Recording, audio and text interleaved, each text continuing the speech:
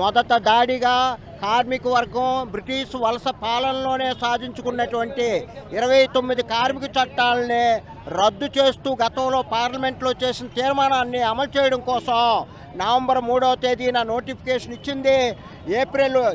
ఈ సంవత్సరం ఏప్రిల్ 1వ తారీఖు నుంచి దాన్ని అమలు చేయడం కోసం వాళ్ళు నిబంధనలు కూడా రూపొందిస్తున్నారు.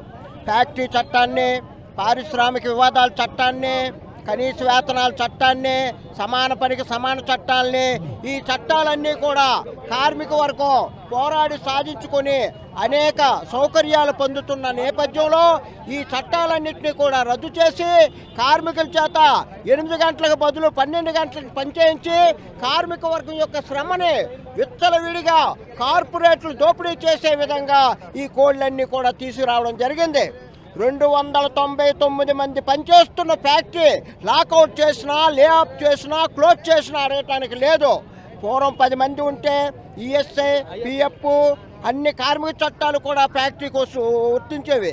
ఇప్పుడు 19 మంది వరకు 19 మంది పనిచేస్తున్న కార్మిక ఫ్యాక్టరీలో ఏ రకమైన చట్టం కూడా వర్తించదు. అతను స్వాభావికంగా కూడా కార్మికుడు కాకుండా పోయే పరిస్థితి ఉంది.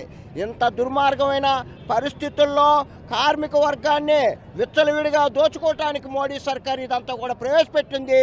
దీనికి వ్యతిరేకంగా 10 సెంట్రల్ ట్రేడ్ యూనియన్స్, అలాగే రాష్ట్రంలో ఉన్న అన్ని ట్రేడ్ యూనియన్స్ ఈరోజు యావత్తు కార్మిక వర్గాన్ని విధుల్లో తీసుకొచ్చి మోడీ ప్రభుత్వానికి ప్రతిఘటనకి ఇది నాంది. రేపు ఏప్రిల్ 1వ తారీఖున నీకు దమ్ముంటే ఈ 4 కోడ్లు అమలు చెయ్యు, అప్పుడు కార్మిక వర్గం సంగతి ఏంటో తేలుతుంది.